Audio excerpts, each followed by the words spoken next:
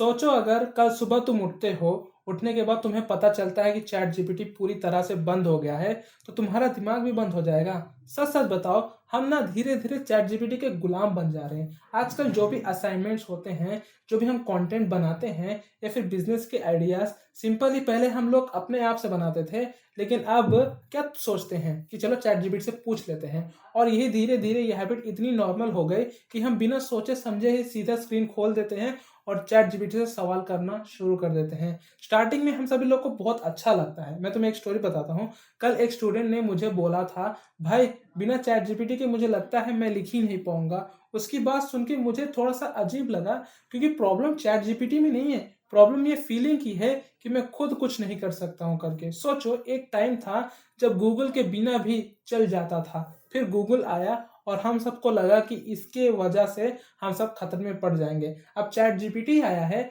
ऐसा लगने लगा है कि ये दिमाग को पूरा का पूरा फ्रस्ट कर देगा, मतलब बेकार कर देगा और अपनी आदत को पूरी तरह से बेकार कर देगा। लेकिन ऐसा होता नहीं है। देखो, टूल कभी भी प्रॉब्लम क्रिएट नहीं करता है। प्रॉब्लम तब शुरू होती है जब तुम्हारा टूल तुम्हारा दिमाग हो जाए। कहने का मतलब ये है कि तुम चैट जीपीटी के ऊपर पूरी तरह से डिपेंड हो जाओ। तुम चैट जीपीटी से सीखो, समझो, फिर उसके बाद उसको अपने रूल्स में, अपने लाइफ में अप्लाई करो। कॉपी पेस्ट करो, लेकिन थोड़ा-सा ढंग से करो, मतलब कि जहाँ ज़रूरी हो वहीं पे ही। अपना दिमाग को कॉपी पेस्ट मत बनाओ। समझ में आ रही है ना मेरी बात? और कंट्रोल का शिफ्ट हमेशा चुपचाप होता है। आज एक आंसर के लिए यूज़ किया, कल एक छोटी-सी डिसीज़न के लिए यूज़ करोगे, फिर एक दिन लगेगा कि इसके बिना मैं कुछ कर ही नहीं सकता हूँ, और सबसे खतरनाक यही बात होती है। इसलिए मैं कहता हूँ चैट जीपीटी से थोड़ा-सा दूर रहो, ओके?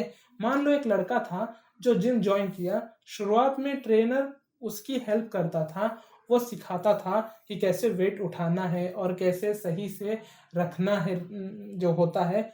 लेकिन अगर वो लड़का कभी खुद से वेट उठाना ही ना सीखे, तो क्या वो स्ट्रॉन्ग बनेगा? बिल्कुल नहीं। वही सिर्फ़ ट्रेनर पर डिपेंड नहीं रहेगा। चैट जीपीटी भी एक ट्रेनर है। तुम उसको लीडर मत समझो कि वही सब कुछ, वही अच्छा है, वही सब कुछ कर सकता है। ऐसे डिसीज़न्स मत लो, क्योंकि ये प्रॉब्लम ही प्रॉब्लम क्रिएट करेगा। लेकिन पुश तुम्हें खुद ही लानी होगी। सवाल ये है कि चैट जीपीटी डेंजरस है या नहीं? सवाल ये है कि कंट्रोल किसके हाथों में है? अगर तुम टूल को यूज़ कर रहे हो, तो तुम्हें स्ट्रॉन्ग होना होगा। अगर टूल तुम्हें यूज़ कर रहा है, तो तुम्हें धीरे-धीरे वीक फ़ील होगा। और डिसीज़न ये है कि हर रोज़ छोटी-सी हैबिट से होता है। कभी तुम खुद से लिखा करो, कभी खुद से सोचा करो, और गलत होने से मत डरो यार।